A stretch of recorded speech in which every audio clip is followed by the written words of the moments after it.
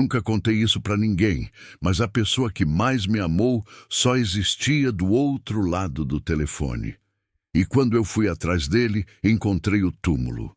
A primeira vez que Davi me ligou, eu estava sentada no chão frio do banheiro do hospital, com o uniforme amassado, o cabelo preso de qualquer jeito e uma vontade absurda de desaparecer. Eu tinha acabado de limpar o vômito de um paciente que me chamou de inútil. Minha supervisora tinha fingido que não viu, e meu pai havia me mandado uma mensagem dizendo apenas: "Você sempre dramatiza tudo." Eu olhei para aquela frase até as letras perderem sentido.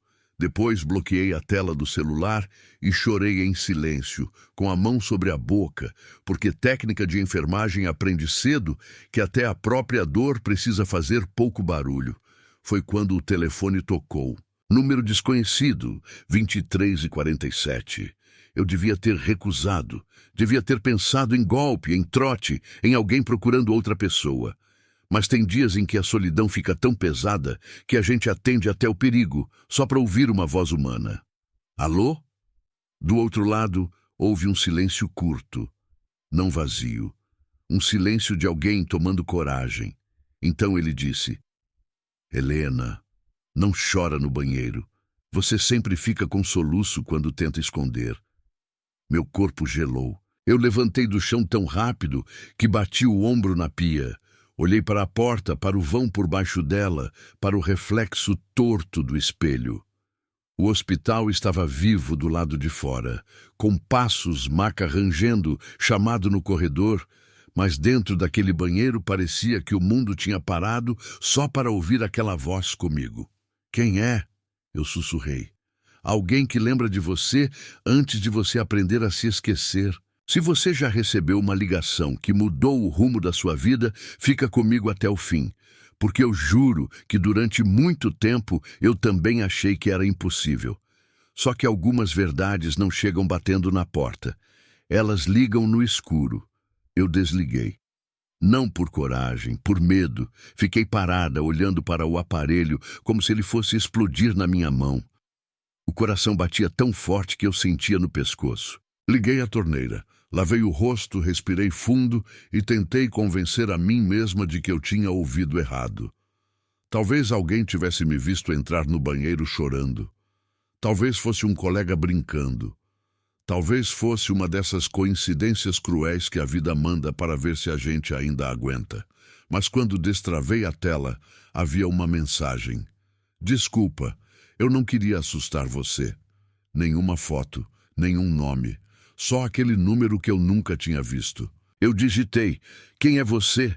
A resposta demorou quase 1 minuto. Davi. O nome não me disse nada e, ao mesmo tempo, alguma coisa dentro de mim doeu. Como quando a gente sente cheiro de chuva e lembra de uma casa onde não mora mais. Fiquei olhando aquelas 4 letras, tentando achar uma memória escondida, mas não achei. "Davi quem?" ele respondeu. "Por enquanto, só Davi." Eu devia ter bloqueado, devia ter mostrado para alguém, devia ter contado para o meu pai. Mas meu pai nunca foi o tipo de homem para quem se conta o medo. Ele era o tipo que transformava medo em culpa. Se eu dissesse que um estranho sabia que eu chorava no banheiro, Rogério, meu pai, diria que eu estava provocando atenção, que eu via novela demais, que gente fraca inventa mistério para não encarar a própria vida. Então, eu apaguei a conversa. Mas não apaguei o arrepio. Na noite seguinte, eu estava em casa. Morava sozinha num apartamento pequeno em São Bernardo, no 10º andar, com uma janela que dava para prédios iguais e um pedaço de céu espremido entre antenas. Tinha tomado banho, feito miojo, colocado a roupa branca de molho numa bacia e deitado sem vontade de dormir. A televisão estava ligada num volume baixo, só para o silêncio não vencer. Às 23:47, o celular vibrou. Davi. O nome apareceu porque eu tinha salvado o número, mesmo fingindo para mim mesma que não. Eu fiquei olhando tocar até a chamada quase cair. No último segundo, atendi. "Como você sabe meu nome?" Perguntei antes mesmo de ele dizer alô. "Porque eu já ouvi sua mãe te chamar de Leninha. Eu perdi o ar." Minha mãe tinha morrido quando eu tinha 9 anos. Quase ninguém sabia daquele apelido. Meu pai não usava. Minha tia usou uma vez, no enterro, e nunca mais. Era uma palavra enterrada junto com o cheiro do perfume dela, com a voz dela me chamando para tomar café, com a mão dela fazendo trança no meu cabelo antes da escola. Não fala dela, eu disse, mas a minha voz saiu quebrada. Desculpa, eu só queria que você lembrasse que alguém já te chamou com amor. Eu sentei na cama. Quem te contou isso? Você. Eu nunca falei com você. Falou sim. Só que você era pequena demais para lembrar de tudo. Aquilo me irritou. A parte assustada de mim queria desligar, mas a parte ferida queria entender. E havia uma terceira parte, mais perigosa, que queria que ele continuasse falando. A voz dele era jovem e calma, um pouco rouca, como se viesse de longe. Não parecia voz de homem velho tentando se passar por outra pessoa. Não parecia voz de ameaça. Parecia a voz de alguém segurando uma vela dentro de uma casa escura. Que idade você tem? Perguntei. Ele riu baixinho. Essa é uma pergunta difícil. Difícil por quê? Porque algumas pessoas param de fazer aniversário antes de aprender a envelhecer. Eu deveria ter sentido medo. Senti, mas junto veio tristeza. Você está doente? Do outro lado, silêncio. Todo mundo está, de algum jeito, ele respondeu. Naquela noite, conversamos por 12 minutos. Eu sei porque quando ele desligou, eu olhei a duração da chamada como se aquilo pudesse provar que tinha sido real. Ele não me pediu dinheiro, não perguntou onde eu morava, não fez ameaça, só perguntou se eu tinha comido, se o plantão tinha sido pesado, se meu pai ainda cantava quando estava nervoso. A última pergunta me deixou imóvel. Meu pai não canta. Cantava. Como você sabe? Ele respirou devagar. Quando você tinha medo de chuva, ele cantava uma música antiga, meio desafinada. Se essa rua fosse minha... Eu senti as paredes do quarto se aproximarem. Aquilo era verdade.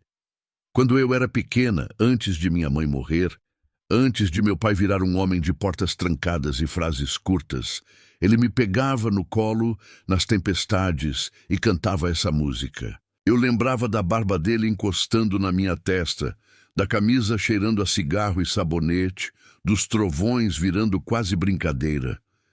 Depois um dia ele parou, como se a música tivesse sido arrancada da garganta dele. Quem é você de verdade? Perguntei. Alguém que não conseguiu ir embora direito. A ligação caiu exatamente à meia-noite. Não desligou com despedida. Simplesmente acabou. Tentei ligar de volta. Chamou uma vez e caiu. Tentei de novo. Número indisponível. Na terceira noite, eu não queria atender. Jurei que não atenderia.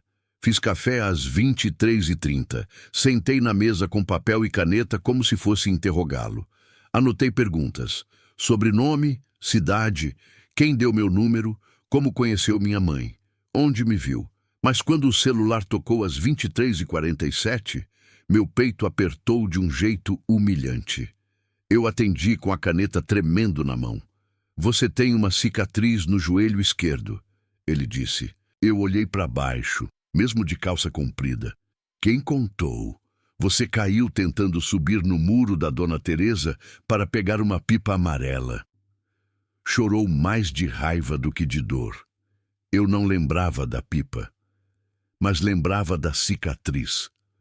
Lembrava de uma mulher passando mercúrio cromo no meu joelho, soprando para arder menos. Teresa, ex-vizinha.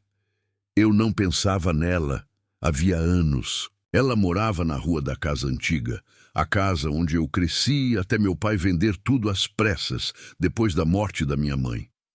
Pelo menos era isso que ele dizia. Que vendeu porque a casa tinha lembrança demais. Você conhecia a Dona Teresa? Ela fazia bolo de fubá às sextas, ele respondeu, e fingia que não via quando eu roubava uma fatia antes de esfriar. Você morava lá? Perto. Perto onde? Do outro lado do muro. Eu fechei os olhos e tentei imaginar a rua antiga. Lembrei do portão azul da nossa casa, da mangueira torta, da calçada quebrada, do cheiro de pão da padaria da esquina. Lembrei de um menino, havia crianças, havia uma risada masculina, uma bicicleta verde. Nada vinha inteiro. Por que você me liga sempre às 23h47? Ele demorou. Porque foi a hora em que eu percebi que não conseguiria cumprir a promessa. Que promessa? A de te ver crescer. Um frio subiu pela minha nuca. Davi, isso não tem graça. Eu sei. Então para. Eu tentei. A ligação caiu à meia-noite. Depois disso, eu entrei num lugar da minha vida que hoje eu consigo chamar de dependência, mas na época eu chamava de milagre. Eu vivia o dia inteiro esperando 23h47. Os plantões, as broncas, os ônibus lotados, as mensagens secas do meu pai, tudo era suportável porque à noite ele ligava. Davi sabia coisas pequenas, impossíveis e íntimas. Sabia que eu mastigava gelo quando estava ansiosa. Sabia que eu odiava coentro porque minha mãe colocava no feijão e dizia que era cheiro de coragem. Sabia que eu guardava uma caixa de fotos antigas no guarda-roupa, mas nunca abria porque sempre terminava chorando. Sabia que eu tinha medo de ser igual ao meu pai. Presente no corpo, ausente por dentro. Você não é ele. Davi me disse numa noite, quando eu contei que tinha gritado com uma paciente idosa e depois pedido desculpas no corredor. Quem tem medo de ferir já está tentando ser diferente. Você fala como se me conhecesse melhor do que eu mesma. Talvez eu conheça a parte de você que ficou antes da dor. Eu ri com tristeza.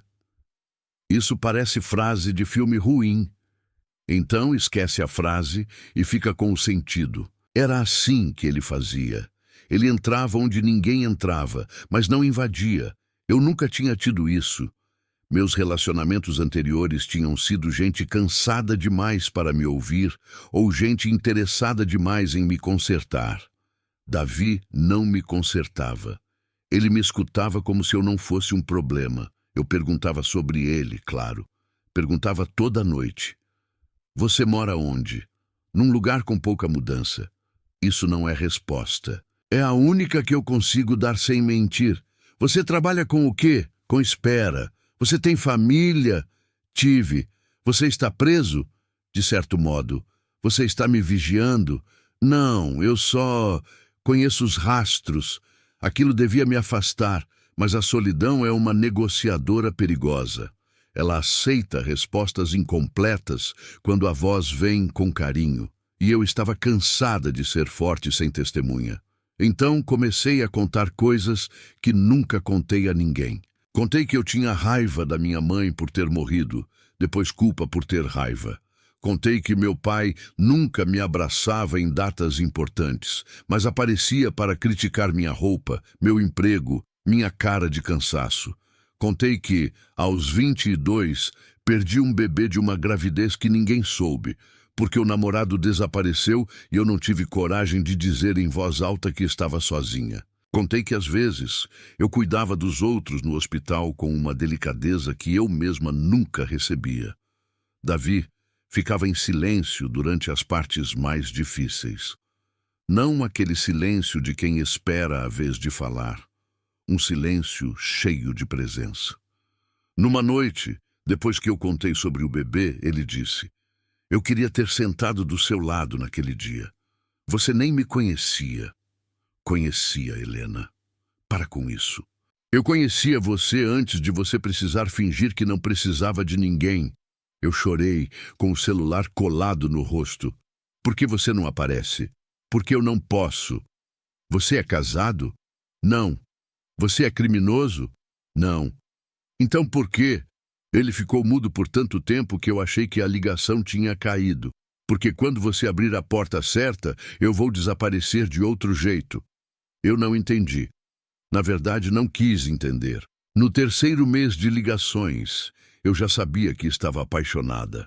Não foi de repente. Não foi uma cena bonita com chuva no vidro. Foi lento e vergonhoso. Foi perceber que eu sorria ao ouvir a vibração do celular. Foi comprar uma blusa nova e pensar se um dia ele me veria usando. Foi acordar de madrugada depois de sonhar com um rosto que eu não conhecia. Foi olhar casais na rua e sentir inveja não do beijo, mas da possibilidade simples de encostar. Eu me apaixonei por uma voz. Uma voz que aparecia todo dia às 23h47 e desaparecia à meia-noite. 13 minutos. Meu amor tinha 13 minutos por noite. E isso parecia absurdo até você passar a vida inteira sem ter nem isso. Certa noite ele me pediu uma coisa estranha. Abre a caixa de fotos. Eu estava deitada, coberta até o queixo. Não. Só hoje. Por quê? Porque tem uma foto que não devia estar faltando. Sentei na cama devagar. Como assim? Sua mãe tirou uma foto no seu aniversário de 5 anos. Você estava com vestido azul, boca suja de brigadeiro, segurando um balão murcho. Atrás de você tinha alguém. Quem? Eu. O quarto pareceu inclinar. Você está dizendo que eu tenho uma foto sua? Estou dizendo que você teve. Teve? Seu pai rasgou. A raiva veio antes do medo. Não fala do meu pai como se conhecesse ele. Eu conheci o que ele fez. O que ele fez? Davi respirou de um jeito que parecia dor. Ainda não. Você não tem esse direito. Você entra na minha vida, fala da minha mãe, da minha infância, do meu corpo, das minhas feridas, e quando eu pergunto de onde você veio, você diz, ainda não. Se eu te contar errado, você não vai acreditar. E se você não acreditar, eu perco a única chance. Chance de quê? A ligação caiu. Na manhã seguinte, fui ao apartamento do meu pai. Rogério morava em Santo André, num prédio antigo com corredor cheirando a desinfetante e café requentado. Ele abriu a porta usando regata e bermuda, com a televisão ligada num programa policial. Meu pai tinha 62 anos, mas parecia mais velho em alguns dias e mais duro em todos. A barba branca mal feita, os olhos pequenos, o jeito de segurar a porta como se eu fosse cobrança. Não avisou que vinha. Preciso ver umas fotos antigas. Ele estreitou os olhos. Para quê? Saudade. Meu pai soltou uma risada seca. Saudade só serve para atrapalhar. Entrei sem responder. O apartamento dele era organizado demais, como se nenhum objeto tivesse permissão para contar história. Na estante, uma foto minha da formatura técnica, uma da minha mãe em preto e branco e nenhuma da casa antiga. Nenhuma. Onde está a caixa de fotos? Deve estar no armário. Qual? Helena, eu não tenho tempo para mexer com velharia. Você está aposentado, pai. Estou cansado. É diferente. Fui até o quarto dos fundos. O armário tinha cheiro de naftalina. Achei caixas de documentos, contas antigas, ferramentas, uma sacola cheia de fios. Depois achei uma lata de biscoito com fotografias. Levei para a mesa da cozinha e comecei a espalhar. Minha mãe sorrindo na praia. Eu de uniforme escolar. Meu pai mais jovem, com cabelo preto, segurando um copo de cerveja num churrasco. A casa antiga aparecia em algumas. Portão azul, mangueira, parede amarela. Procurei o aniversário de 5 anos. Achei uma foto em que eu estava de vestido azul, com a boca suja de brigadeiro, segurando um balão murcho. Mas havia um buraco no canto esquerdo. Não era rasgo acidental. Alguém tinha cortado uma parte da foto com tesoura. Ficava meu rosto, a mesa, o bolo, o braço da minha mãe. Atrás de mim, onde deveria haver alguém, só um vazio irregular. Meu pai ficou parado na porta da cozinha. Por que essa foto está cortada? Ele olhou rápido demais. Sei lá. Criança rasga tudo. Eu rasguei com tesoura, pai. Você sempre foi destrambelhada. Quem era Davi? O nome bateu nele como um tapa. Eu vi. Por meio segundo, Rogério deixou de ser meu pai duro e virou um homem encurralado. O rosto perdeu cor. A mão apertou a maçaneta. Depois ele se recompôs com a violência de quem passou anos treinando. Que Davi? Não sei, você me diz. Não conheço. Conhece sim. Helena, não começa com suas maluquices. Ele morava perto da nossa casa. Já falei que não conheço. Ele morreu? Meu pai avançou um passo. Quem botou esse nome na sua cabeça? A pergunta era a resposta. Então ele existiu. Vai embora. Pai, vai embora agora. O que aconteceu? Ele bateu a mão na mesa com tanta força que as fotos pularam. Eu disse para você ir embora. Eu tremi. Não por surpresa, pela infância inteira voltando no mesmo grito. Recolhi a foto cortada e guardei na bolsa. Essa eu vou levar. Não vai levar nada. É minha. Ele segurou meu braço. Não apertou a ponto de machucar, mas apertou a ponto de lembrar quem mandava. Eu olhei para a mão dele e alguma coisa dentro de mim, talvez criada pelas ligações de Davi, talvez pela exaustão de uma vida inteira, finalmente recusou. Solta, ele não soltou. Você não sabe mexer com certas coisas. Então me conta. Tem coisa que é enterrada para proteger os vivos, ou para esconder os culpados. Ele soltou meu braço como se eu tivesse queimado a pele dele. Saí com a foto na bolsa e o coração na boca. Naquela noite, às 23h47, quando Davi ligou, eu não disse alô. Disse, você estava na foto. Ele ficou em silêncio. Meu pai cortou você. Eu sei. Por quê? Porque eu aparecia segurando sua mão. Eu peguei a foto cortada e encostei no peito. Quem era você para mim? Seu amigo. Só isso? Na época, sim. E agora? Ele respirou. Parecia tão perto que eu virei o rosto, esperando encontrar alguém no quarto. Agora eu sou alguém que chegou atrasado até para dizer adeus. Eu não aguentei. Eu estou apaixonada por você. A frase saiu sem autorização. Crua. Ridícula. Impossível. Depois que falei, cobri a boca com a mão, como se pudesse empurrar as palavras de volta. Do outro lado, Davi soltou um som baixo, quase um choro. Não faz isso, Helena.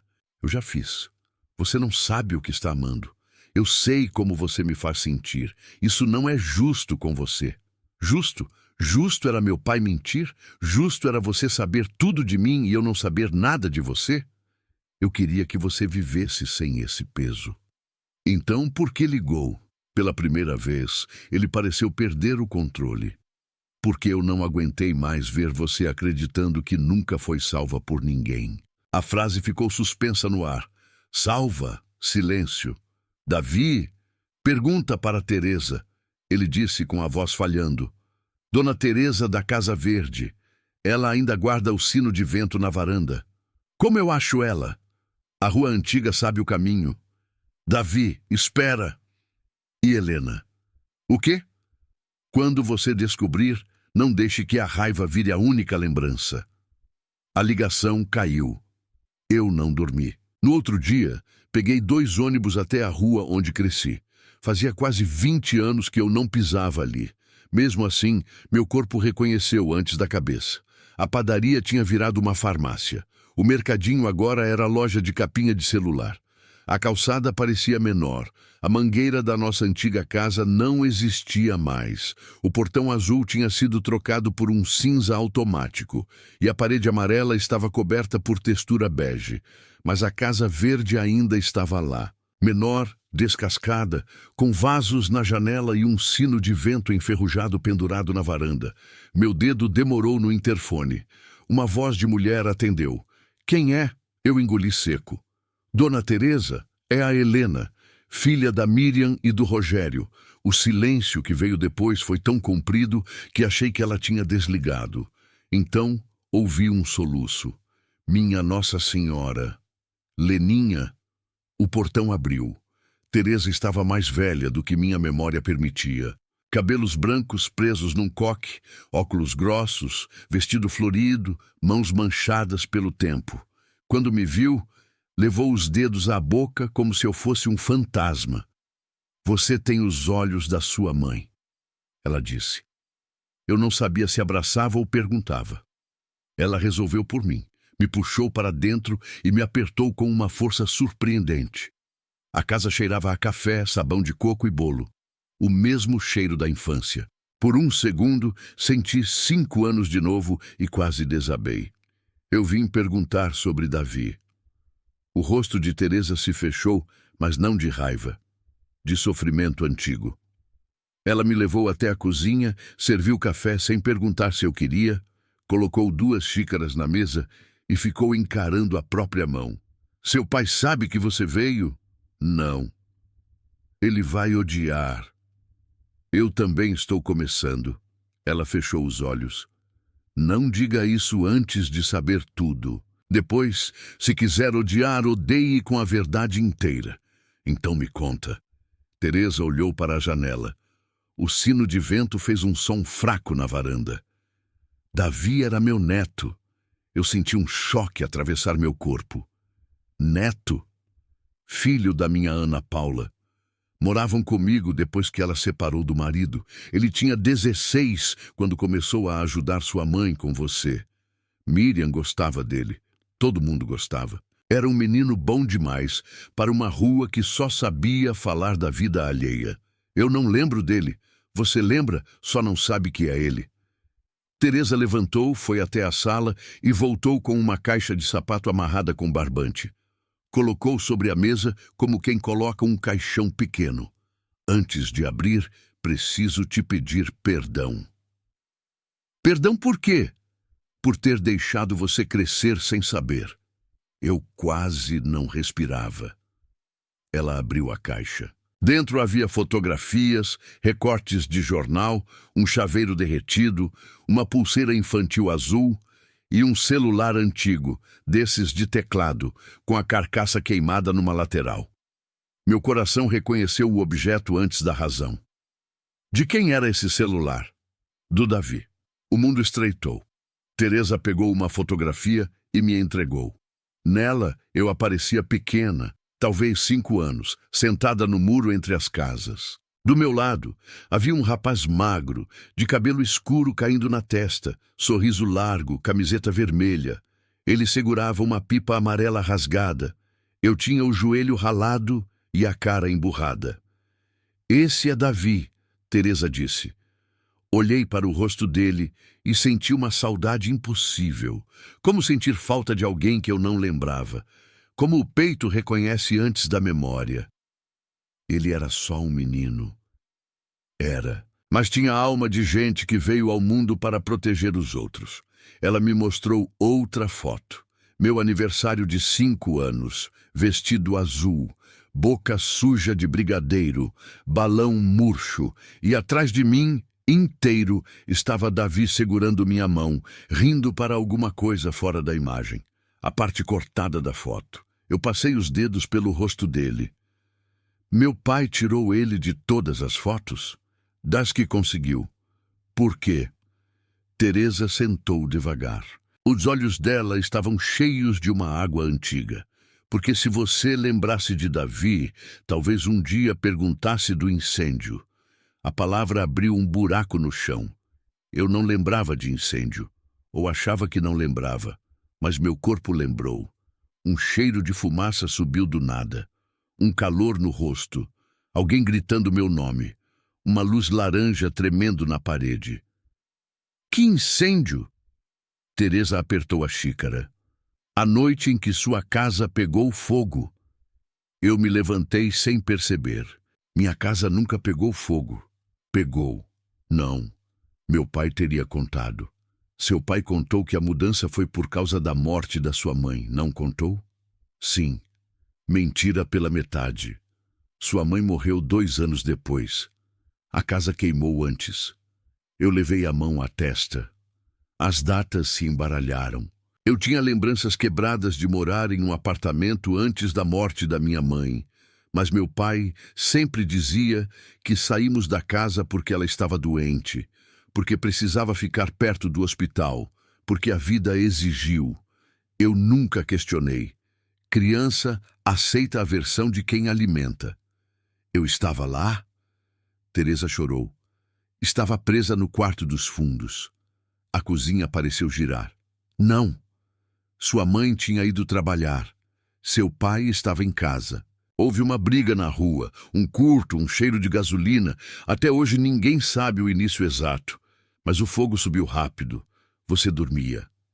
Rogério saiu primeiro. Ele me deixou? Teresa não respondeu. Ele me deixou lá dentro? Ela fechou os olhos. Davi entrou. A frase me derrubou de volta na cadeira. Ele entrou para te buscar. Tinha 17 anos recém-feitos. Não pensou. Subiu pela janela lateral, que ele sabia abrir porque vocês viviam brincando de esconder tesouro. Te achou debaixo da cama, enrolada numa cortina tossindo. Ele te carregou para fora. Minhas mãos começaram a tremer. Então ele sobreviveu. Teresa olhou para o celular queimado na mesa. Por alguns minutos, eu tapei a boca. Não. Quando ele saiu com você, uma viga caiu no corredor. Ele já tinha inalado muita fumaça. Entregou você para seu pai no quintal. Pediu para chamarem ajuda, mas ela parou. Mas o quê? Mas tinha outra coisa dentro da casa. O quê? Uma pasta, documentos, dinheiro, coisas que seu pai escondia. Coisas que não eram dele. Eu fiquei sem entender. Meu pai?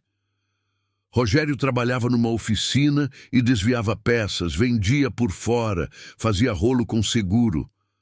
Naquela noite, tinha gente procurando ele, gente perigosa. O incêndio não foi simples acidente, Helena. E seu pai sabia que, se a polícia investigasse direito, tudo vinha à tona. Minha cabeça martelava. O que isso tem a ver com Davi morrer? Teresa segurou minha mão. Davi ainda estava vivo no quintal. Fraco, mas vivo. Seu pai tinha carro. Podia ter levado ele ao pronto-socorro antes da ambulância chegar. Mas Davi tinha visto. Tinha visto os homens na rua. Tinha ouvido seu pai discutir, implorar para não denunciarem. Tinha visto a pasta. E quando ele pediu ajuda, seu pai... Não. Seu pai colocou você no carro e foi embora. Eu puxei a mão. Não. Ele disse que ia te levar ao hospital porque você era criança. Mas o hospital ficava a 6 minutos. Ele demorou 40. Para. Quando a ambulância chegou na rua, Davi já tinha parado de respirar. A cozinha desapareceu. Eu ouvi um som e demorei para entender que era meu. Um gemido animal, fundo, feio, saindo de dentro do peito. Você está dizendo que meu pai deixou um menino morrer? Teresa chorava sem limpar o rosto. Estou dizendo que ele escolheu proteger o próprio nome antes de salvar quem salvou você. Por que ninguém denunciou? Denunciaram. Eu denunciei. Mas Rogério disse que levou você ao hospital em pânico. Disse que Davi voltou para dentro da casa sozinho para buscar alguma coisa. Disse que eu era uma velha desesperada querendo culpar alguém. Os homens que estavam na rua sumiram. A polícia anotou como tragédia. Sua mãe ficou devastada, mas dependia dele, estava doente, e ele jurou que se ela falasse, perderia você. Minha mãe sabia parte. Não tudo. Ela tentou falar comigo depois, mas Rogério cortou contato. Vendeu a casa. Sumiu com as fotos. E você era pequena, tossia, teve febre, pesadelos. Depois sua memória fechou a porta. Eu olhei para a foto de Davi. O sorriso dele parecia uma crueldade do mundo. E as ligações? Teresa ficou imóvel. Que ligações? Meu sangue gelou de novo. Contei tudo. 23h47. A voz. As mensagens. As coisas que ele sabia. A forma como caía à meia-noite. Teresa ouviu com a mão no peito. Quando terminei, ela estava pálida. Helena, eu não te liguei. Eu não disse que foi a senhora. Mas eu mandei as primeiras mensagens. Minha pele arrepiou. O quê? Ela se levantou com dificuldade e pegou o celular antigo de Davi. Ano passado, meu sobrinho conseguiu recuperar arquivos desse aparelho.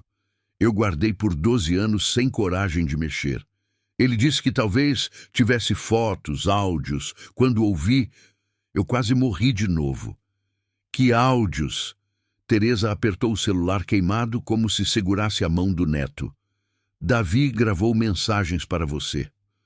Para mim? Antes do incêndio, ele já suspeitava do seu pai. Tinha visto coisas, ouvido ameaças. Ele era menino, mas não era bobo. Na semana em que morreu, gravou áudios brincando, contando memórias, dizendo que se um dia vocês fossem embora e você esquecesse dele, ele queria que soubesse que tinha sido amada, coisa de adolescente sensível. Eu achei exagero na época. Hoje, acho que ele sentia a sombra chegando. Mas eu recebi chamadas. Eu falei com ele. Teresa negou com a cabeça. Eu enviei alguns áudios por mensagem anônima há 3 meses. Só alguns. Não chamadas. Não todos os dias. E parei porque fiquei com medo. Pensei que ia te destruir. Não. Eu ouvi ele responder. Peguei meu celular e abri o registro. As ligações estavam lá. Número desconhecido todos os dias, 2347. Algumas com 13 minutos. Mostrei para Teresa. Ela fez o sinal da cruz. Esse número... O que tem? Era o número antigo do Davi. Eu senti o chão sumir. Impossível. Depois de 12 anos, foi desativado. Ninguém usava. Eu toquei no registro como se pudesse arrancar explicação da tela. Naquela hora, no meio da cozinha da dona Teresa, com a foto de um menino morto na minha mão e a prova de ligações impossíveis no meu celular, eu não sabia se estava vivendo uma história de amor, de crime ou de loucura. Se você estivesse no meu lugar, teria coragem de continuar procurando? Porque eu quase não tive. Mesmo assim, naquela noite, eu esperei. Sentei na cama, com as fotos espalhadas ao meu redor. A cicatriz no joelho parecia arder. Minha cabeça repetia. Ele te carregou para fora. Ele entregou você ao seu pai. Seu pai foi embora. Às 23h47, Davi ligou. Eu atendi chorando. Você morreu. Do outro lado, nenhum som. Davi, você morreu há 12 anos. Ele respirou. Então você abriu a porta. Por que você não me contou? Porque eu precisava que a verdade viesse com rosto, não só com voz. Eu te amo e você está morto. Dizer aquilo foi como quebrar uma costela. Eu sei, ele respondeu. Isso é impossível. Muita coisa é impossível até virar lembrança. Você é o quê? Um fantasma? Uma gravação? Um truque? A voz dele falhou. Eu sou o que sobrou do que eu quis te dizer. Não brinca comigo. Eu nunca brincaria com a sua dor. Então explica. Ele ficou em silêncio. Davi. Eu gravei mensagens. Muitas. Algumas eram bobas. Algumas eram para caso eu sumisse. Eu escondi no celular porque sua mãe me pediu para não enfrentar seu pai sozinho. Ela tinha medo. Eu também tinha. Mas quando vi você no fogo, eu esqueci do medo. Você lembra? Lembro do calor, do seu choro, da sua mão agarrando minha camiseta. Lembro de pensar, ela precisa viver mesmo que me esqueça. Eu soluçava. Eu não queria esquecer. Eu sei. Eu devia lembrar de você. Não, criança não deve carregar incêndio nas costas. Mas eu carreguei mesmo assim, só sem saber o nome. Ele não respondeu. Por que as ligações caem à meia-noite? Porque a última gravação parou assim. Gravação? Eu não sei tudo que chega até você, Helena. Eu só sei que, enquanto você escuta, alguma parte de mim consegue terminar o que ficou preso. Aquilo não era explicação racional. Eu precisava de fatos, provas, lógica, mas a voz dele vinha com uma tristeza tão exata que eu não consegui discutir. Quem mandou as ligações? Procura onde seu pai escondeu o resto. O resto do quê?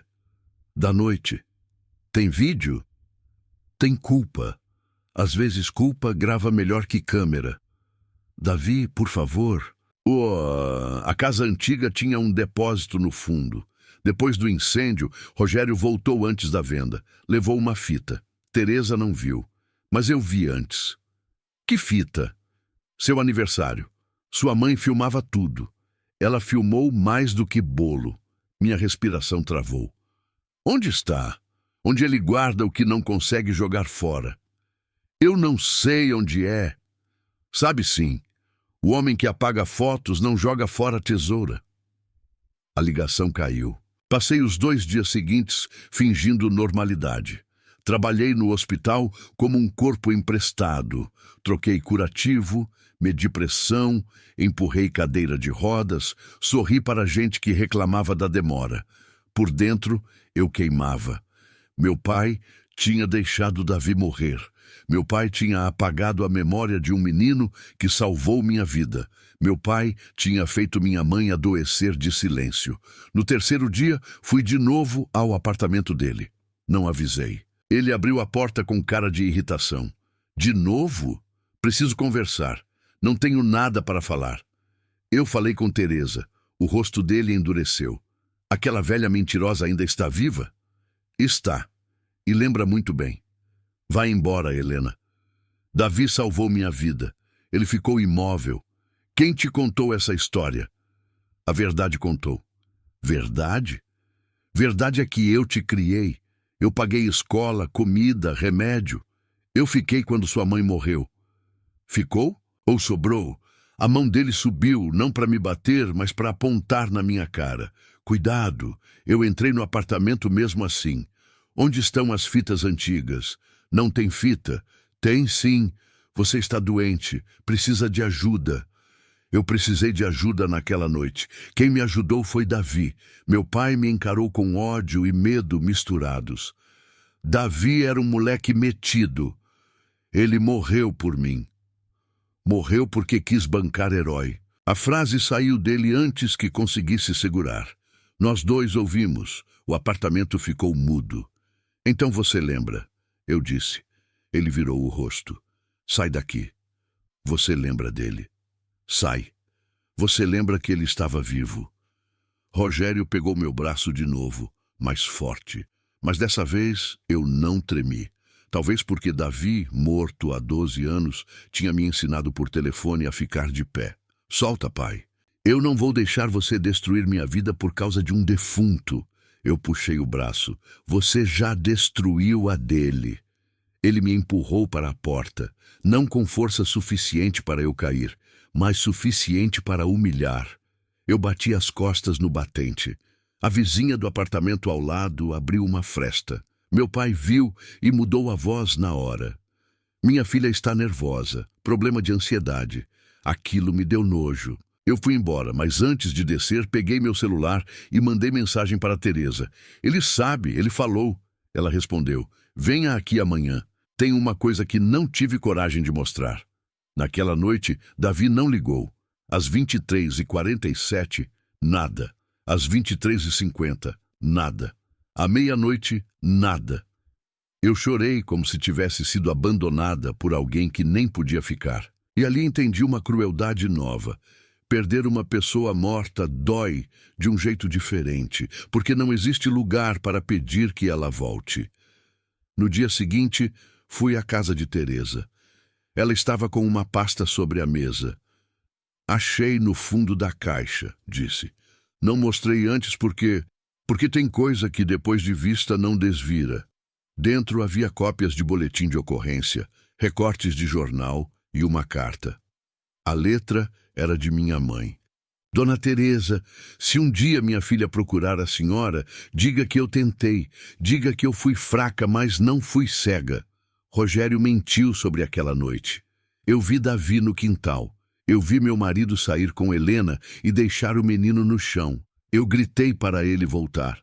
Ele disse que se eu falasse, diria que eu estava bêbada, que eu tinha causado o fogo, que tiraria Helena de mim. Eu adoeci de medo e vergonha. Se eu morrer antes de contar, não deixe minha filha pensar que nunca foi amada. Davi a salvou. E eu também a amei, mesmo calada. Eu li a carta 3 vezes. Na terceira, as letras ficaram molhadas. Minha mãe sabia. Minha mãe tentou. Minha mãe não morreu apenas de doença. Ela morreu esmagada por um segredo que meu pai colocou dentro da casa como outra fumaça. Por que a senhora não me procurou antes? Perguntei, e minha voz saiu mais dura do que eu queria. Teresa aceitou a pancada.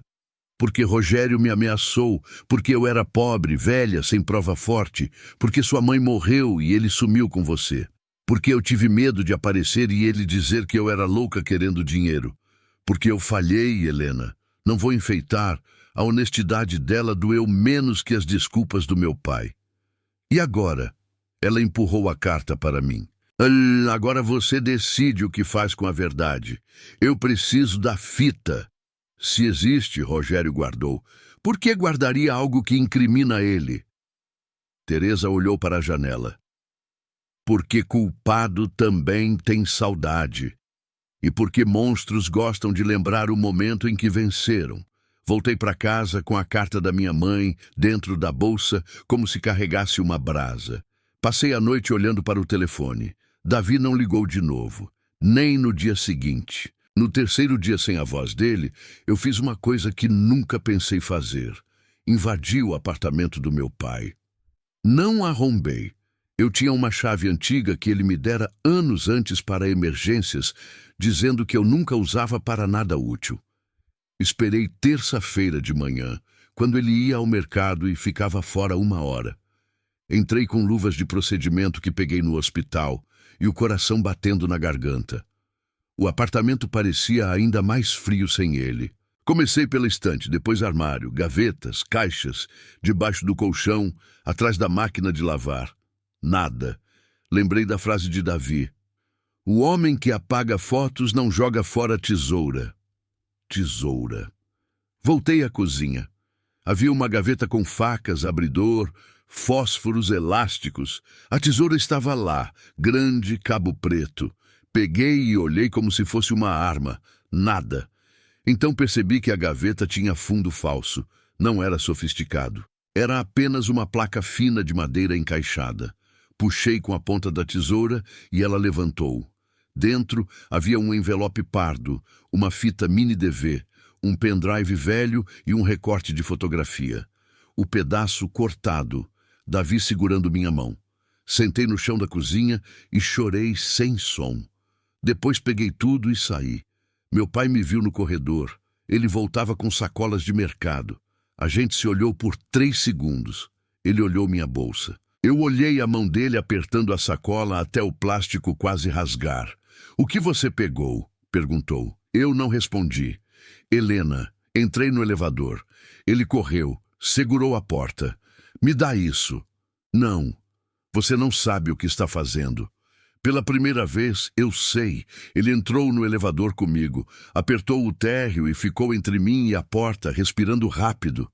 Essa velha encheu sua cabeça. Minha mãe escreveu uma carta. O rosto dele mudou. Que carta? A carta que você não conseguiu cortar. Ele fechou os olhos por 1 segundo e naquele segundo eu vi não arrependimento, mas cálculo. Sua mãe era doente. Ela era acuada.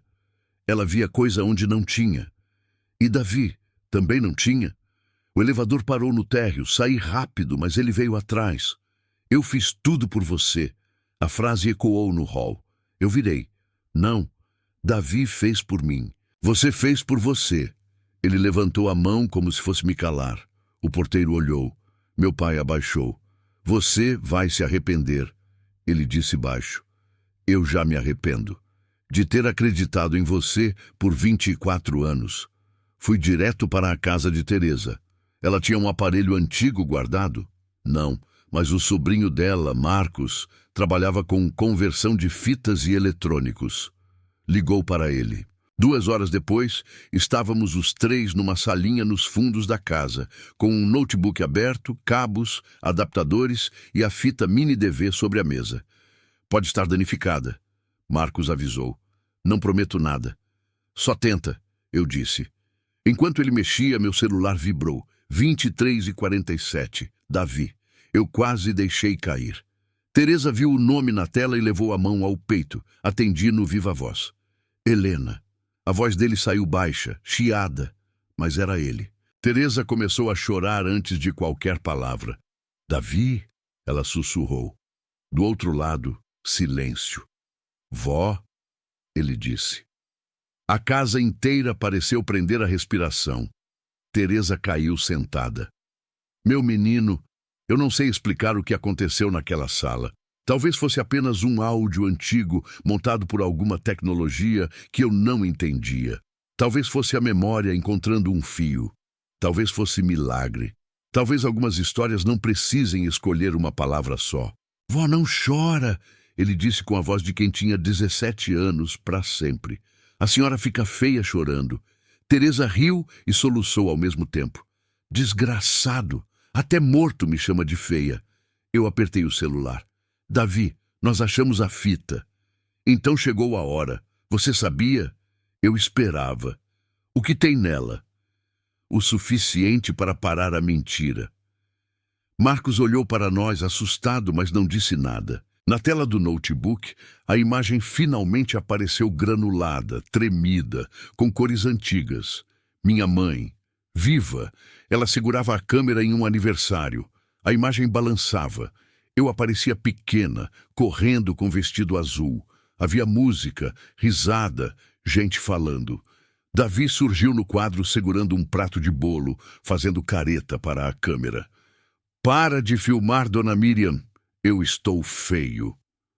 A voz dele no vídeo e a voz no celular se misturaram no meu peito. Minha mãe riu. Veio nada, Davi. Você é o único que aguenta a Leninha quando ela vira onça. A imagem virou para mim. Eu mostrava a língua. Davi me pegava no colo e eu gritava de alegria. Depois houve um corte. A fita pulou para outra noite, imagem escura, tremida. Minha mãe parecia filmar escondida pela janela ou pela fresta de uma porta. A rua estava iluminada por postes. Meu pai discutia com 2 homens perto de um carro. Um deles segurava uma pasta. O áudio era ruim, mas dava para ouvir pedaços. Não vou pagar 2 vezes. Pega fogo fácil, Rogério. Tem criança aí dentro. Meu sangue virou gelo. A imagem balançou. Minha mãe sussurrou. Meu Deus! Depois, um clarão.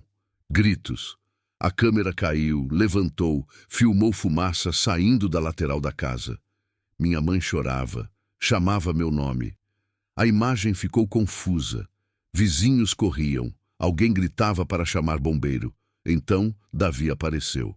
Ele entrou correndo pelo quintal com uma camiseta no rosto. Davi, não! A voz de Teresa surgiu no vídeo desesperada. Ele desapareceu dentro da fumaça. A filmagem tremia tanto que dava enjoo. Minha mãe gritava meu nome. Meu pai apareceu no quintal, tossindo, mas sem mim. Ele olhava para a casa, para a rua, para os homens que sumiam no carro. Minutos depois, Davi saiu. Comigo nos braços, eu estava mole, coberta de fuligem. Ele cambaleou, caiu de joelhos e me entregou para meu pai. A câmera captou a voz dele. Leva ela e chama, ajuda. Meu pai me pegou. Davi caiu de lado. Minha mãe gritou. Rogério, pega o Davi, pega o menino. Meu pai olhou para Davi no chão. Olhou para a rua. Olhou para a pasta caída perto do portão. Então me colocou no banco traseiro do carro. Minha mãe correu atrás. Rogério, ele está vivo! Meu pai gritou. Entra no carro! E o Davi? Entra no carro, Miriam. Não. Ele empurrou minha mãe. Ela caiu. A câmera bateu no chão, mas continuou filmando de lado. Dava para ver apenas pernas, fumaça e Davi no chão, tentando levantar a mão. Meu pai entrou no carro comigo e arrancou. Minha mãe ficou gritando. Teresa apareceu correndo, se ajoelhou ao lado de Davi, colocou a cabeça dele no colo. Então a câmera, caída no chão, captou uma imagem que me destruiu. Davi, coberto de fuligem, olhando na direção do carro que ia embora. Ele não parecia com raiva, parecia aliviado. Como se, mesmo abandonado, a única coisa que importasse fosse eu ter saído viva. A fita acabou em chiado. Ninguém falou por muito tempo. Teresa estava curvada sobre a mesa, chorando como se tivesse perdido o neto naquele minuto. Marcos limpava o rosto sem disfarçar. Eu fiquei parada sem saber onde colocar tanta dor. O celular ainda estava ligado. Helena, Davi chamou. Eu mal consegui responder. Eu vi. Então agora você sabe. Você me salvou. Você merecia viver. Meu pai te deixou. Ele deixou muitas coisas naquela noite. Eu sinto muito. Não coloca a culpa dele no seu colo. Eu esqueci você. A voz dele veio mais firme. Você era criança. Esquecer foi seu corpo te protegendo. Lembrar agora é sua alma pedindo justiça. Eu chorei como nunca tinha chorado na vida. Não era só por Davi. Era por mim pequena, tossindo fumaça. Pela minha mãe caída no quintal. Pela dona Teresa segurando o neto morrendo. Pelo homem que me criou usando comida e teto como recibo para cobrar silêncio. Por todas as vezes em que eu me achei ingrata por sentir falta de um amor que eu nem sabia que tinha existido. Davi, eu disse. Eu queria ter conhecido você agora. Você conheceu. Não assim. Assim foi o que deu. A ligação caiu à meia-noite. Dessa vez, porém, eu não fiquei vazia. Eu fiquei acesa. No dia seguinte, registrei boletim de ocorrência. Levei a fita, a carta da minha mãe, as fotos, os registros de chamada, os recortes, tudo. O policial que me atendeu primeiro me olhou com aquela cara de quem já decidiu que a história é complicada demais para dar trabalho. Faz 12 anos, senhora. Eu sei. Pode estar prescrito para algumas coisas. Um menino morreu. Ele suspirou. Vamos encaminhar. Eu conhecia aquele tom. O tom do vai ficar numa gaveta. Então fiz o que talvez eu nunca tivesse coragem de fazer antes de Davi. Procurei uma advogada indicada por uma enfermeira do hospital, especialista em casos antigos e reparação civil. Ela assistiu à fita sem interromper. Quando acabou, tirou os óculos e disse: seu pai talvez não pague por tudo na justiça criminal, mas ele vai responder. E se ele mentiu em depoimento, se ocultou provas, se ameaçou testemunhas, se houve fraude relacionada ao incêndio, ainda há caminhos. Eu quero que ele confesse. Ela me olhou com humanidade. Confissão não se arranca, mas às vezes a verdade cerca tanto uma pessoa que ela escolhe parar de correr. Eu também levei a fita para um perito particular. Ele atestou que não havia sinais de montagem. A data batia. A sequência era contínua em partes importantes. A voz da minha mãe, a imagem de Rogério, Davi, tudo estava ali. Mas eu ainda precisava enfrentar meu pai não como filha assustada, e sim como testemunha da própria vida. Marquei de encontrá-lo na casa antiga. Não sei por que escolhi aquele lugar. Talvez porque certos crimes só confessam no cenário onde nasceram. A casa agora pertencia a outra família, mas estava em reforma e vazia por algumas semanas. Teresa conhecia o dono atual e explicou que queríamos apenas entrar no quintal por alguns minutos. Ele permitiu, meio sem entender. Meu pai apareceu às 6 da tarde, furioso. Que palhaçada é essa? Eu estava no quintal com Teresa, a advogada e Marcos segurando uma câmera. Eu queria registrar, não por espetáculo, por proteção. Você vai me gravar? Ele perguntou. Vou. Eu não autorizo. A advogada respondeu. O senhor está em propriedade privada com consentimento do proprietário e ciente da gravação. Pode ir embora se quiser. Ele olhou para mim. Você virou isso? Uma filha que arma emboscada? Eu senti vontade de chorar, mas segurei. Eu virei a filha que sobrou da sua mentira. O quintal estava diferente, mas havia marcas que o tempo não apagou. A parede do fundo, mesmo pintada, tinha uma mancha escura perto da base. A janela lateral havia sido trocada, mas o vão era o mesmo por onde Davi entrou. O ar parecia mais pesado ali. Teresa ficou em silêncio. A presença dela era uma sentença. Peguei o tablet e dei play na fita. Meu pai tentou virar o rosto. Assiste, eu disse. Não preciso. Precisa sim. Isso é coisa antiga. Para você. Para Davi foi a última noite. Ele riu sem humor. Davi, Davi, Davi. Agora todo mundo fala como se ele fosse santo. Era só um moleque. Teresa deu um passo. Era meu neto. E eu perdi minha casa. A frase saiu dele como confissão de caráter. Eu pausei o vídeo exatamente no momento em que Davi aparecia comigo nos braços. Ele entrou no fogo por mim. Meu pai desviou o olhar. Eu também te salvei. Eu te levei ao hospital. Depois de pegar a pasta, ele me encarou.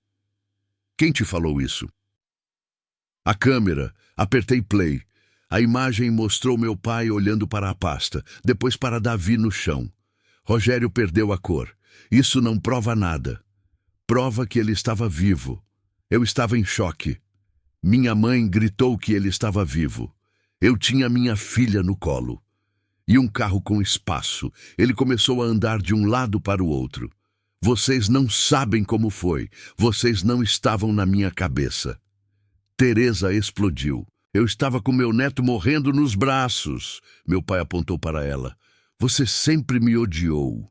Eu te odiei depois que vi sua lanterna sumindo na rua enquanto Davi pedia ar. A câmera de Marcos tremia um pouco. A advogada observava calada. Eu dei alguns passos até meu pai.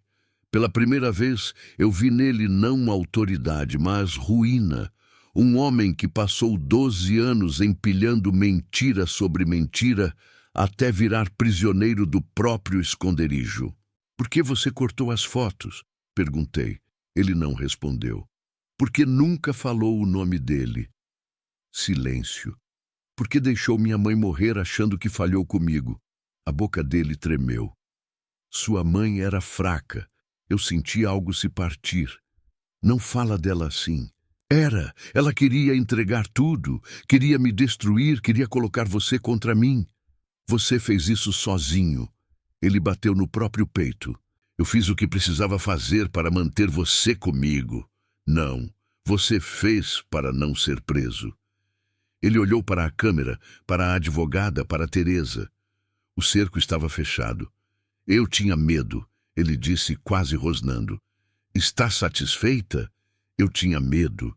Aqueles homens iam voltar. Eu devia dinheiro. Se a polícia mexesse, eu ia perder tudo.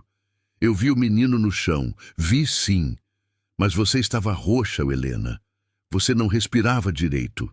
Eu pensei, primeiro minha filha. E depois, ele engoliu seco. Depois eu achei que já era tarde. Teresa levou as mãos ao rosto. Mentiroso, meu pai gritou. Eu não sabia. Sabia, eu disse, e minha voz saiu baixa. Você sabia porque minha mãe gritou, porque Davi falou, porque a fita mostra ele se mexendo. Rogério fechou os punhos. O que você queria que eu fizesse? Que eu salvasse o herói e fosse preso? Que você crescesse, filha de bandido. Eu cresci filha de covarde. A frase acertou ele como faca. Por um momento, achei que ele fosse me bater. Mas ele só envelheceu diante de mim. Eu pensei que ia consertar depois, murmurou. Como? Dando casa, dando comida, trabalhando. Você achou que criar a criança apagava o menino? Ele começou a chorar, mas aquele choro não me convenceu de imediato. Eu tinha desejado por anos ver meu pai quebrar, imaginando que isso me libertaria. Mas a quebra dele não devolvia Davi, não abraçava minha mãe, não devolvia minha infância. Era apenas feia. Eu ouvia ele, Rogério disse. Todos ficaram imóveis. Ouvia quem? Ele passou a mão no rosto. O Davi. Nos primeiros meses, quando dormia, quando tentava beber, ele chamava, não me xingava. Isso era o pior. Ele só perguntava se você estava bem. Teresa fechou os olhos. Não use meu neto para aliviar sua culpa. Eu não estou usando, ele gritou. Eu cortei as fotos porque não aguentava ver a cara dele. Eu escondi a fita porque eu via e pensava que talvez, se eu tivesse voltado... Talvez. A voz dele acabou. Eu não senti pena. Senti uma tristeza funda, contaminada por raiva. Talvez ele estivesse vivo. Meu pai caiu sentado num bloco de concreto. Sim. A palavra saiu pequena. Sim. 12 anos de mentira cabiam em 3 letras. A advogada se aproximou.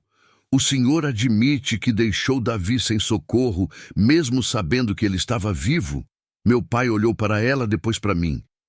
Eu admito que fui embora. Teresa soltou um gemido. Eu admito que menti. ele continuou, que escondi a fita, que ameacei Miriam, que disse que Teresa era louca. Eu admito. Eu pensei que, ao ouvir aquilo, sentiria alívio. Mas a verdade confessada não veio como água. Veio como outra chama. Pede perdão para ela, eu disse apontando para Teresa. Meu pai se levantou devagar. Olhou para a velha que segurou o neto enquanto ele morria. Teresa, não, ela disse. Não me peça nada que eu não posso te dar hoje. Ele abaixou a cabeça. Então pede para ele, falei. Meu pai olhou para a janela lateral. O vento passou pelo quintal e fez alguma coisa metálica bater, um som parecido com o sino de vento da casa de Teresa. Davi, ele disse, e o nome saiu da boca dele pela primeira vez diante de mim. Eu deixei você.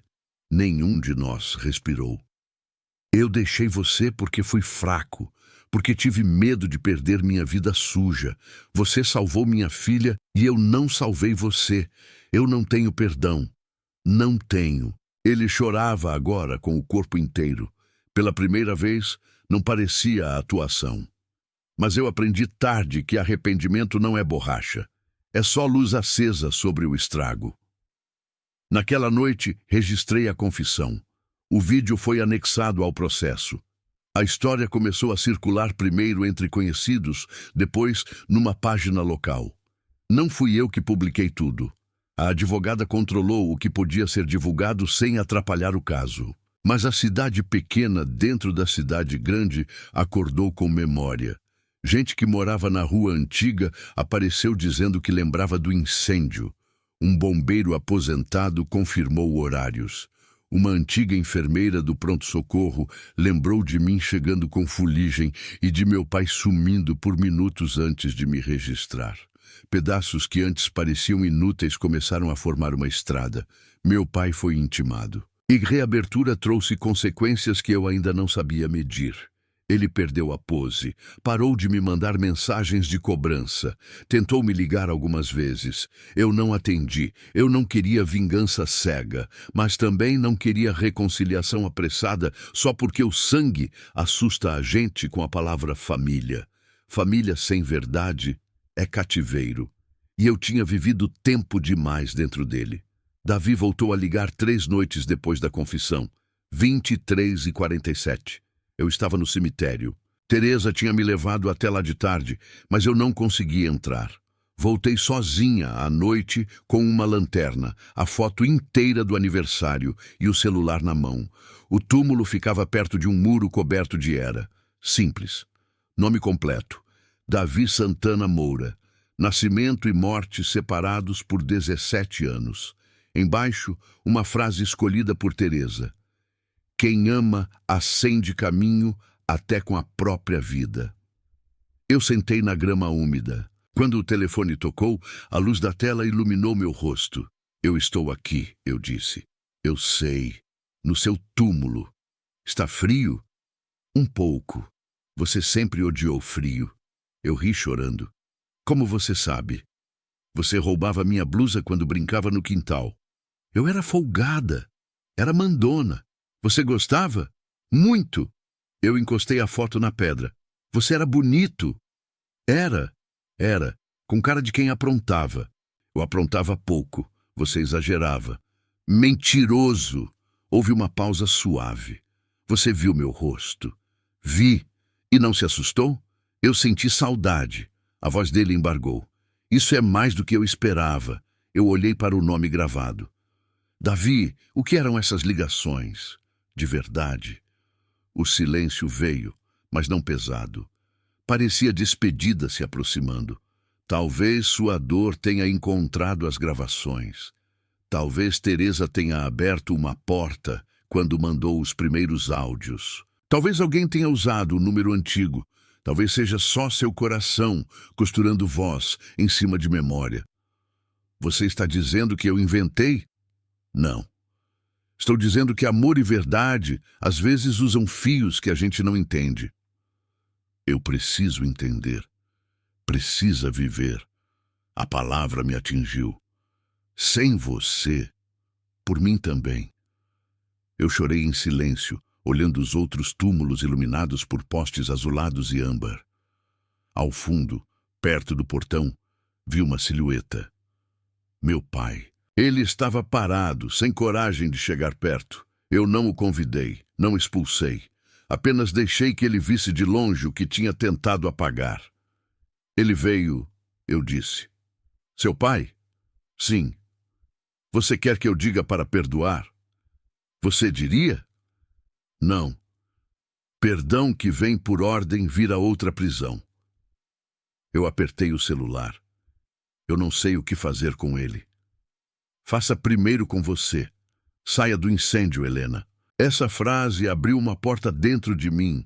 Eu tinha passado a vida inteira dentro daquela casa, em chamas sem saber. Cada crítica do meu pai era fumaça. Cada silêncio da minha mãe era fumaça. Cada ausência de memória era fumaça. Davi não estava pedindo que eu esquecesse, estava pedindo que eu parasse de morar no momento em que ele morreu. Eu queria te tocar, sussurrei. Você tocou. Quando? Quando segurou minha camiseta no fogo. Você apertou tão forte que arrancou um botão. Minha avó guardou. Eu lembrei da caixa de Teresa, o chaveiro derretido, a pulseira. Talvez houvesse um botão ali. Talvez memória seja isso. Objetos pequenos segurando o que a mente não suportou. Eu te amo, eu disse. Davi demorou a responder. Eu amei você de um jeito que cresceu depois que eu parti. Não como o homem ama a mulher no começo. Eu era só um menino querendo proteger uma criança. Mas nessas noites, ouvindo você, vendo quem você virou, eu acho que meu coração também encontrou uma forma de crescer onde o corpo não pôde. Eu fechei os olhos. Isso é cruel. É bonito também. Bonito dói. Quase tudo que vale guardar dói um pouco. Ao fundo, meu pai deu um passo. A luz do poste mostrou seu rosto molhado. Ele não se aproximou mais. Talvez entendesse, enfim, que havia lugares onde ele não tinha direito de entrar. A última mensagem, Davi disse. Que mensagem? Teresa tem, no celular queimado. Ela não ouviu até o fim. Era para você. Eu tenho medo. Eu também tive. De morrer. De você nunca saber que foi amada. A ligação começou a chiar. Não vai, pedi. Helena, não vai embora de novo. Eu nunca estive ficando. Só estava terminando de chegar. Por favor. Amanhã. Escuta a mensagem. Depois deixa o telefone tocar para mim uma última vez. Como assim? Você vai saber. Davi, Leninha. Meu peito se partiu ao ouvir o apelido na voz dele. O quê? Vive até ficar velha. Fica bem velhinha, teimosa, contando essa história com raiva e rindo no meio. Casa se quiser, não casa se não quiser, planta alguma coisa, dança numa cozinha, deixa alguém te amar sem esconder e quando chover, canta. Eu não conseguia falar. Promete? Prometo. Então pronto. A ligação caiu. No dia seguinte fui à casa de Teresa buscar a última mensagem. Ela já sabia. Talvez Davi tivesse visitado o sonho dela, ou talvez avós entendam despedidas antes do telefone tocar. Ela colocou o arquivo no meu celular. O nome era simples, para Helena, quando lembrar. Eu não tive coragem de ouvir ali. Passei o dia caminhando pela cidade como se estivesse me despedindo de uma versão de mim. Fui ao hospital e pedi afastamento de alguns dias. Minha supervisora, que normalmente reclamava até da forma como respirávamos, olhou meus olhos inchados e apenas assinou. Fui ao mercado e comprei pão, café, flores brancas. Fui ao apartamento do meu pai e deixei uma cópia da carta da minha mãe debaixo da porta. Junto, escrevi: não me procure enquanto sua culpa for maior que sua verdade. Ele não respondeu. À noite, voltei ao cemitério com Teresa. Ela levou o botão da camiseta de Davi guardado num saquinho plástico. Eu levei o celular, a foto do aniversário e uma caixa pequena de som. O céu estava limpo, mas havia cheiro de chuva distante. Sentamos diante do túmulo. Quer ouvir sozinha? Teresa perguntou. Não, a senhora também merece. Apertei play. Primeiro veio um ruído, depois a voz de Davi, mais jovem do que nas ligações, mais menino. Ele parecia estar gravando escondido. Oi, Leninha, você provavelmente não vai ouvir isso, porque eu sou dramático e minha avó diz que adolescente acha que tudo é fim do mundo. Mas se você ouviu, então talvez alguma coisa tenha dado errado. Ou talvez você só tenha crescido e achado meu celular velho por aí. Ele riu baixinho. Teresa levou a mão à boca. Eu queria dizer que hoje você caiu do muro de novo. Não sei como uma criança tão pequena consegue mandar em todo mundo e ainda cair tanto. Você chorou, eu soprei seu joelho. E você disse que quando crescesse ia ser médica de machucado. Eu falei que isso se chama enfermeira ou doutora. E você disse que ia ser curadora de dodói. Então, se um dia você esquecer, lembra disso. Você nasceu querendo cuidar. Eu já chorava. Também queria dizer que seu pai anda metido com coisa errada. Eu sei que criança não deve saber dessas coisas, mas um dia a criança cresce. Se ele falar que eu fui ruim, não acredita. Se ele falar que sua mãe não tentou, não acredita. Dona Miriam é boa. Ela tem medo, mas é boa. Medo faz gente boa parecer pequena. A voz dele falhou um pouco. Eu não sei o que vai acontecer. Talvez nada. Talvez eu esteja exagerando. Mas hoje eu vi você dormindo no sofá enquanto sua mãe dobrava roupa e pensei uma coisa besta. Tomara que você chegue a ter rugas. Tomara que você viva tanto que esqueça metade das dores. Tomara que um dia alguém te olhe como sua mãe te olha quando você não está vendo. Teresa encostou a cabeça no meu ombro. Se eu sumir, não carrega isso. Eu não sou responsabilidade sua. Você é pequena. E se você estiver ouvindo grande, continua não sendo. Eu fiz minhas escolhas. Algumas pessoas nascem para correr para fora. Outras nascem para correr para dentro do fogo. Eu acho que eu sou meio burro assim.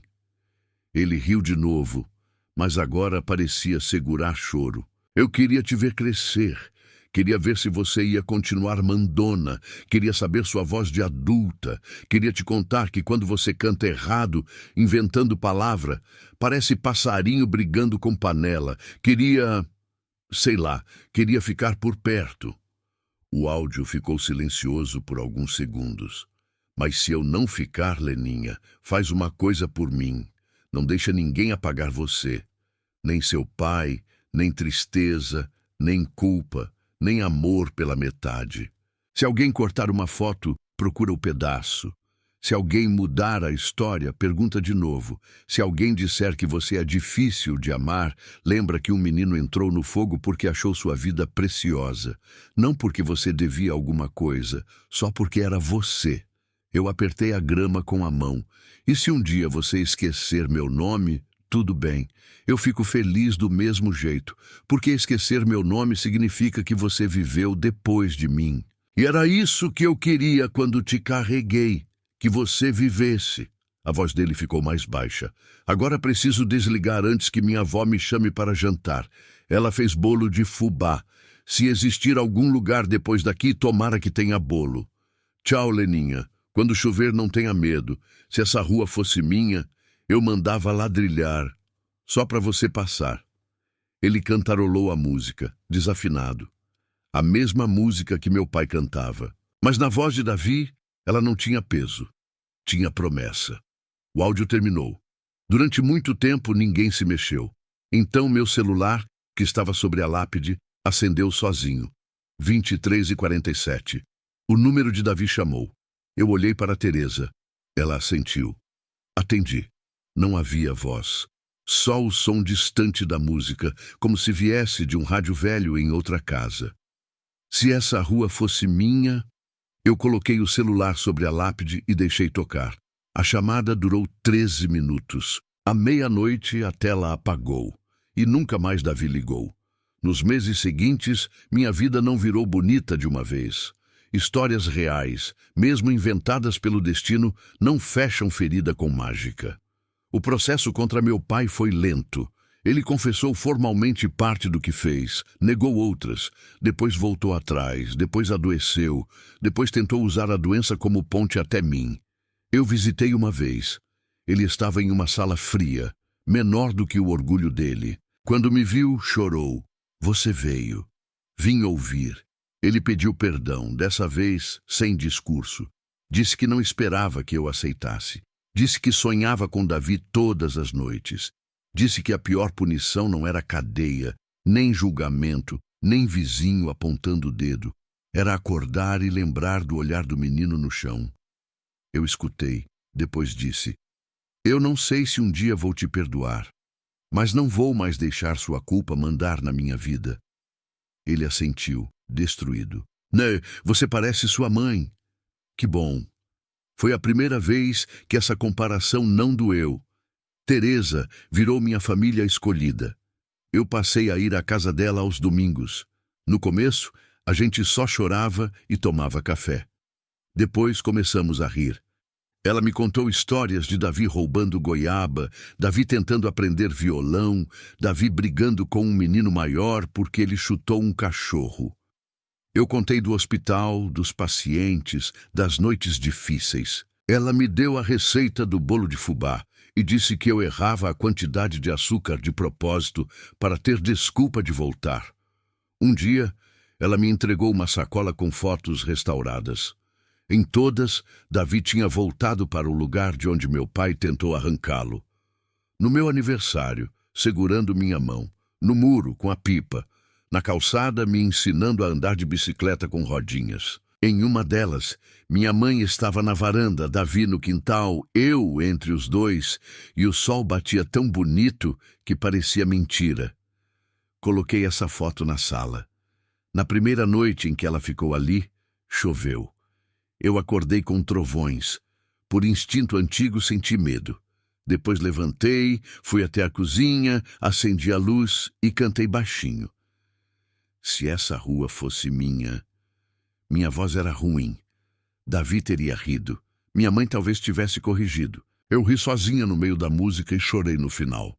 Mas não era mais o mesmo choro. Era um choro com janela. Voltei a trabalhar. Só que alguma coisa mudou em mim. Não aceitei mais humilhação calada. Quando um médico gritou comigo na frente de pacientes, eu respondi com respeito e firmeza.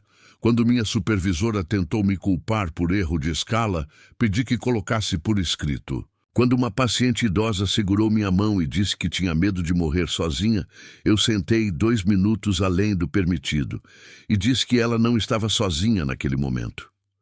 Eu virei de algum jeito a curadora de Dodói que a criança prometeu ser. Também comecei terapia. Foi lá que entendi que amar Davi não significava ficar presa a um morto. Significava reconhecer que uma parte da minha história tinha sido construída por amor, não apenas por abandono. Durante anos, eu me defini pela frieza do meu pai. Depois de Davi, eu passei a me perguntar: e se a verdade mais importante sobre mim não for quem me deixou, mas quem entrou no fogo para me salvar? Essa pergunta me salvou de novo.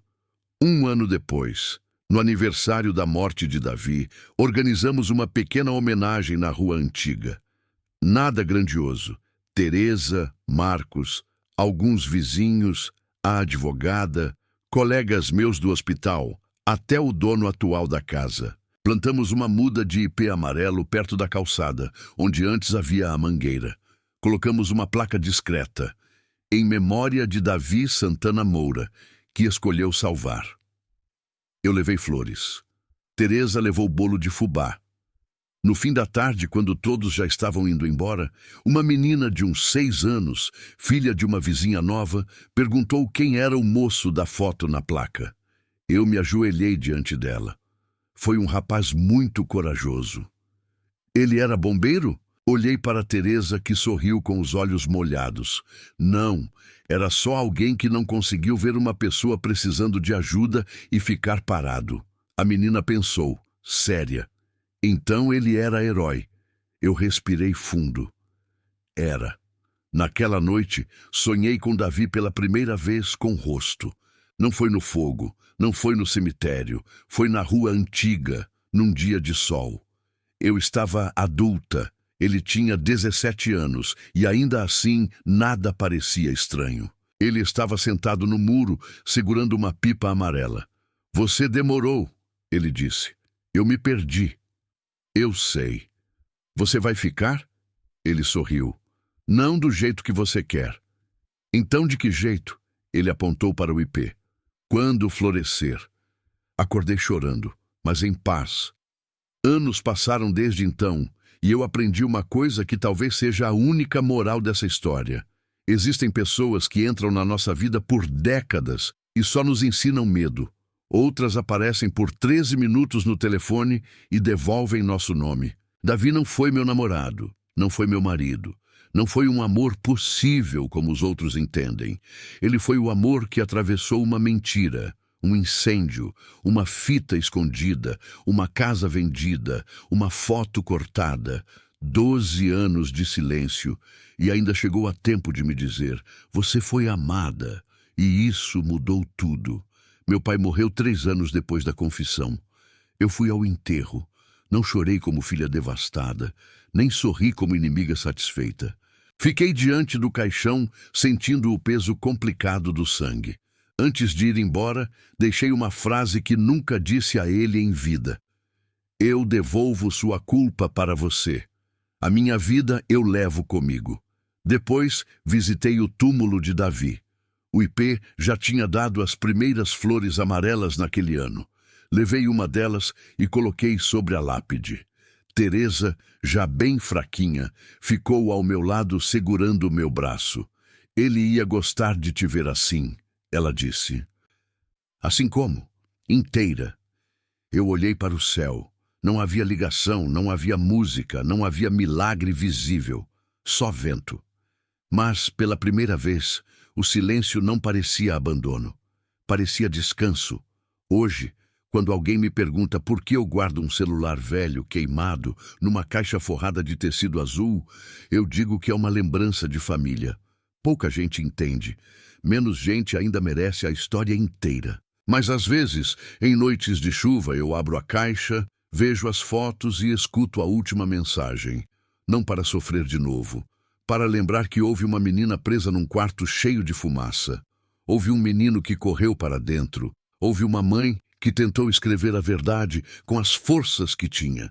Houve uma avó que guardou provas quando o mundo chamou sua dor de loucura. Houve uma mulher adulta que quase confundiu amor com assombração, mas descobriu que era memória pedindo justiça. E houve um telefone que tocava todos os dias às 23h47, como se o tempo tivesse deixado uma fresta aberta só para uma despedida terminar. Se essa história tocou em algum lugar seu, comenta o nome de alguém que você nunca esqueceu, deixa seu carinho e acompanha o canal. Porque algumas histórias não são só para assustar ou emocionar. Elas são para lembrar que a verdade pode demorar, mas quando chega, até os mortos parecem respirar aliviados.